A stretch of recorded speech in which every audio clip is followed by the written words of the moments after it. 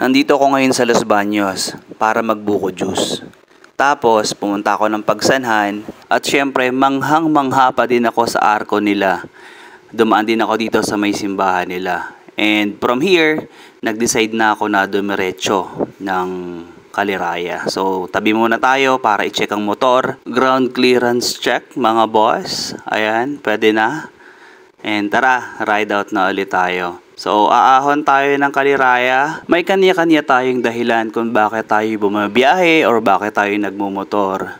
Yung iba para i-test kung gaano kalakas yung motor nila. Yung iba naman para i-test yung sarili nila kung kaya ba talaga nila sa mga mahahabang biyahe.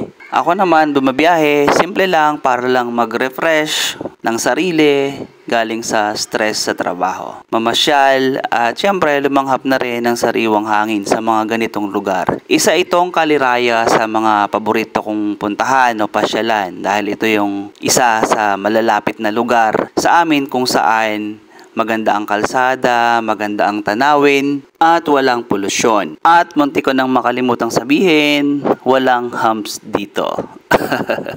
And syempre, may kanya-kanya din tayong setup ng motor na gustong gamitin sa pagbiyahe. Yung iba gusto matataas, yung iba gusto mabibilis o kargado. Tayo naman ay masaya na sa stock, basta mababa or lowered. So itong motor na gamit natin ngayon is naka-stance setup. At ang pambansang tanong, mahirap daw bang mag-stance? Ang lagi kong sagot dyan ay madali lang.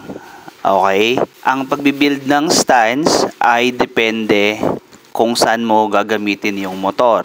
So, kung mahilig kang magbiyahe, kagaya ko, dapat tamang ground clearance lang. Kung mahilig ka naman sa show, edi isagad mo. Ganun lang. So, proper build is always the key.